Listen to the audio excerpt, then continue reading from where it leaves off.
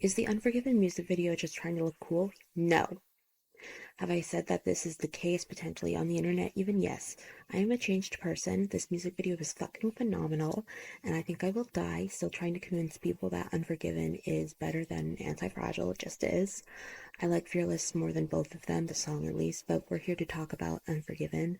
Conveniently, weeks after an entirely new era began, maybe we'll talk about Easy another day. I wanted to go through the video chronologically, but I think there's an important thing to preface this conversation with, and that is how every member of the group has a character or other role they portray. I think the most obvious example is Kazuha, who is most directly associated with religious symbolism, and she really conveys the idea that it's possible to forge your own path that is rich with meaning without directly associating with pre-existing ideologies. Sakura plays an interesting role in that her scenes tend to challenge the framework of the video with very dynamic cinematography that we will definitely cover more in depth. Chaewon challenges our perception of the journey we go on, presenting herself as a leader with more complexities than people ever realized.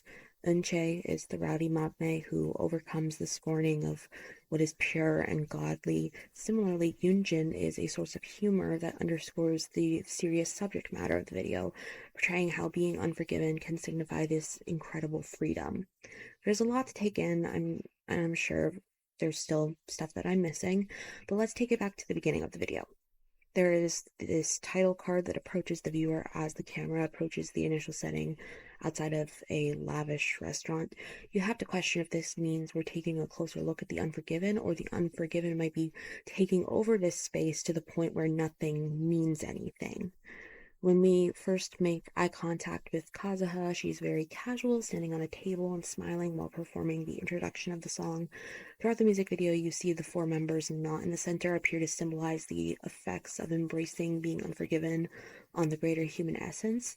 They appear to dance according to the framework of the video at that moment, whether it be on tables that previously escaped focus or on the ground where a helicopter has landed.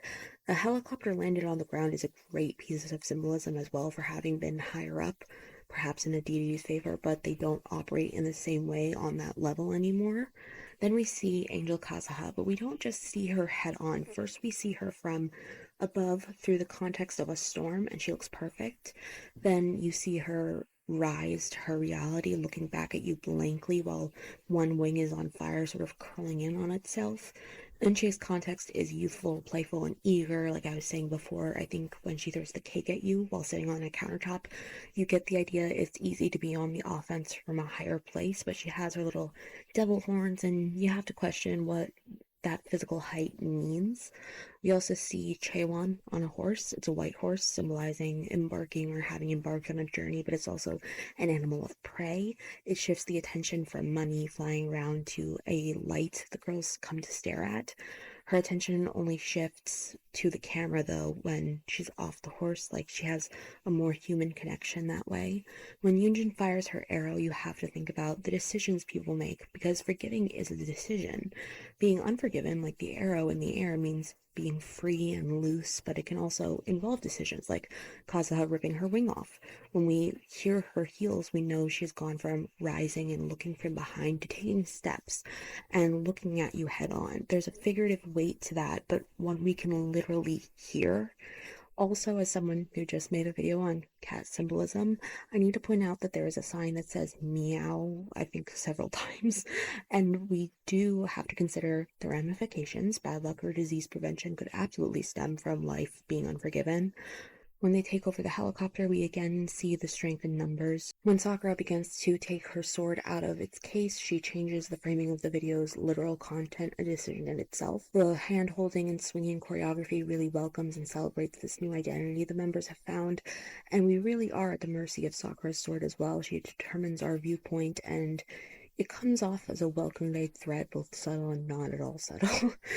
Elevator doors open and grant Yunjin an opportunity to dominate the new setting, and her dress rips but still looks like it is as it was meant to be, conveying their capacity to grow and change.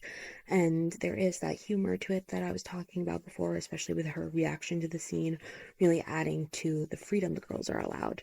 Then we have Sakura with these two white dogs that she has the leashes of, and it feels like a callback to the dual lights on the table in the restaurant from the beginning.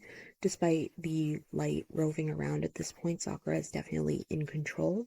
We also see Kazuha very quickly going through different contexts, and it has her knocked to the ground, but we'll come back to her in a second. First, we have Eunchae in this gorgeous regal hallway.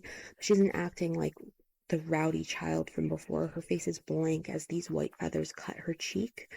When we go back to Kazuha, she essentially becomes a god, figuratively winged and notably without feathers. We see her go from on the prowl to embodying a new creature, and we see her from a side angle, whereas we see Chaewon draped in the material of these figurative wings with a cut on her face, but from the opposite side as Kazuha and Eunchae alike.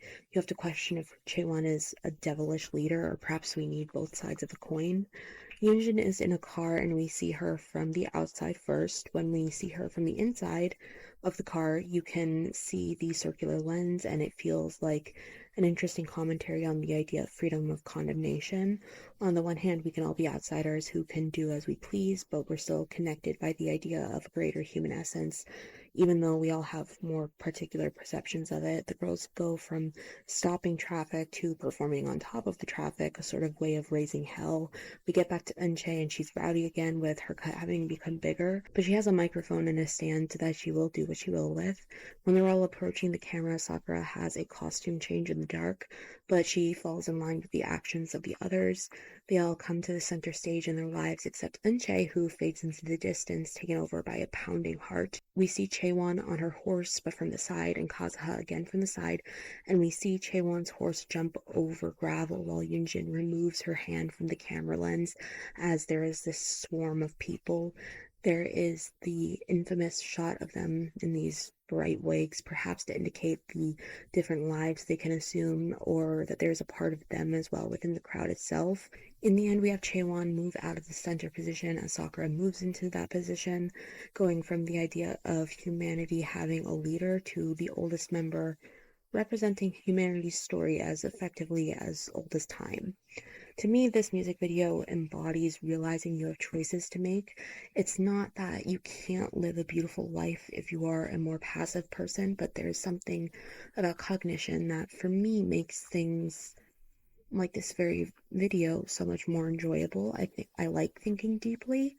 I feel like it enriches my experience, and at the very same time, they make a great argument for not giving a fuck. They were scorned by the pure and godly, and they came to the conclusion they didn't have to care. Their approach to life has a great sense of balance that I don't think many people can get. This is a work of fiction, but I think they understand self-actualization and how to get there when most people are quite simply incapable of such a feat. Being unforgiven is an opportunity, and you don't fully understand that at first because we're struck by this notion of lacking something. This is a good thing to lack. Fuck forgiveness. You don't need it.